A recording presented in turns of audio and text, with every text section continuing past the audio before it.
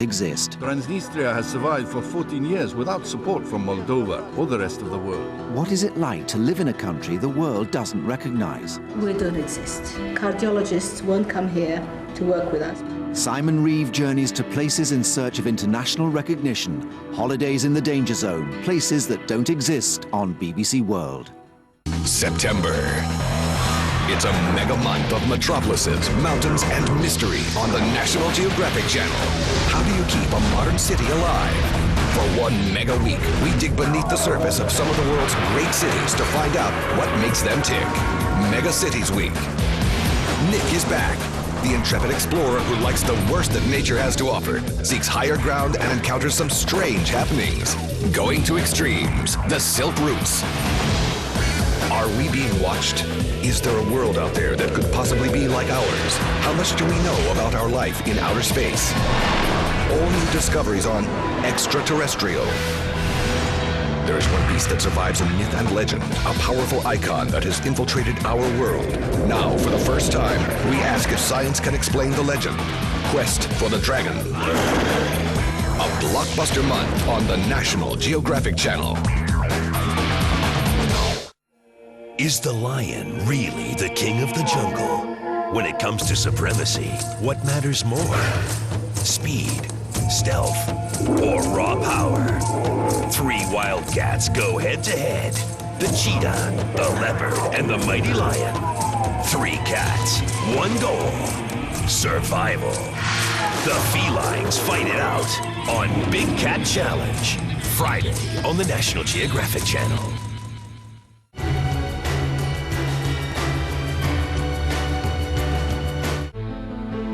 The Petronas Towers were deadlocked at the design stage.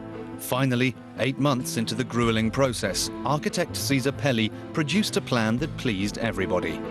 He embellished the floor plan with semicircular scallops, increasing space without destroying the underlying symbolism. They had their design.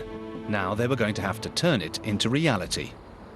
The man faced with this mammoth challenge was structural engineer Charlie Thornton. He'd been involved from the beginning, making sure Pelli's unique ideas could actually be built. Thornton's a skyscraper specialist, the best of the best. Now he was really going to earn his money. Thornton realized 15 meters higher would overtake the Sears Tower, the world's tallest building. The Prime Minister asked, will this be the world's tallest building? And Cesar Pelli said yes. And the Prime Minister said, can you do it? And Cesar turned around to me and said, Charlie, can we do it? And I said, absolutely. The Prime Minister jumped at the chance to take the world record. Petronas was now to be 450 meters high, the tallest building on Earth. It was a colossal challenge. The schedule was desperately tight. Normally this would have been an 8-year build. The Malaysian budget only allowed for 6. To focus their minds, every day past the deadline would cost the builders more than $700,000, $5 million a week. Then the Malaysians did something very unusual. The contracts for the 2 towers went to 2 different construction companies. The Prime Minister believed competition would keep things on track. The pressure was immense. To stay on schedule, construction would have to run uninterrupted 24 hours a day, 7 days a week, an exhausting workload. The Malaysians wanted the best men to lead their 2 teams. They wanted to learn from the experts. So they decided to play safe for the first and last time in this roller coaster project.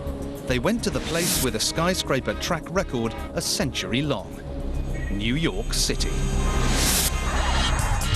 These 2 men were to be in charge of the rival teams. They had years of experience building tall, but they had plenty to learn about working in Malaysia. Foreman Bob Pratt was in charge of Tower 1. Suddenly there was a buzz in the air within our senior management that there was this mega project. We're all going to pack off and go off to the jungles of Malaysia and build the biggest buildings in the world. Pratt's rival was Tower 2 foreman John Dunsford. He was in France when he got the call. Be in Kuala Lumpur in 2 days. The two men, complete with families, arrived in Malaysia, their home for the next 6 years. The budget clock was already counting down the time they had to finish the task. They found they couldn't even start. They hit a major obstacle before the first bucket of concrete was poured. There was something wrong with the ground. It was one of those, like you say, worst things you can imagine moments. The engineers discovered there'd never been a proper survey of the site. They were staggered. They needed a clear picture of the ground beneath them before any work could begin. The whole site came to a standstill. Every wasted day cost hundreds of thousands of dollars. Geologists began boring hundreds of drill holes, bringing up thousands of samples. They were looking for bedrock, something solid to support the massive towers. The survey results were disastrous. What we found was we were sitting not only on some decayed limestone, but we were sitting on the edge of a cliff. At one side of the site, there was solid limestone, but the rest of the construction area was much softer, brittle rock. It would crumble under the immense weight of two 88-story skyscrapers. If they built here, the soil would settle unevenly on one side. The towers would sink or even collapse. The team could end up with the Leaning Towers of Malaysia. The whole project was in jeopardy. Time was ticking away as they searched for a solution. We sort of took all of our prior thinking, threw it away and said, we got to do something different here. Charlie Thornton's idea was nothing if not daring. He proposed moving the entire building 60 meters onto the softer ground. It seemed like a mad idea, but there was clear thinking behind it. They planned to drive a series of enormous piles 120 meters down through the soil to the hard strata beneath. Then they could make their own bedrock on top. The buildings were going to sit on a vast concrete raft.